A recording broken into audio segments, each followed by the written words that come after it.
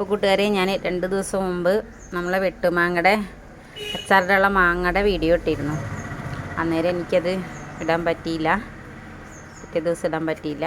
എന്തായാലും ഒരു ദിവസം നമ്മൾ ഓവർനൈറ്റ് ഉപ്പിലിട്ട് വെച്ചിട്ട് ഇന്നാണ് അച്ചാറിടാൻ പറ്റിയത്. ഒരു ദിവസം വൈകി.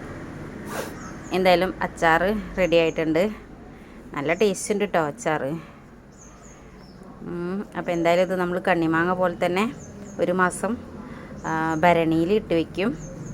അതിന് ശേഷം നമ്മൾ മാങ്ങ എടുക്കുകയുള്ളൂ, മാങ്ങ എടുക്കുകയുള്ളൂ. അപ്പോഴാണ് അതിൻ്റെ എല്ലാ രുചികളും അതിൽ സെറ്റായി നല്ല മാങ്ങയോട് മുളകും പുളിയും ഉപ്പും എല്ലാം പിടിച്ച് നല്ല ടേസ്റ്റായിട്ട് വരും.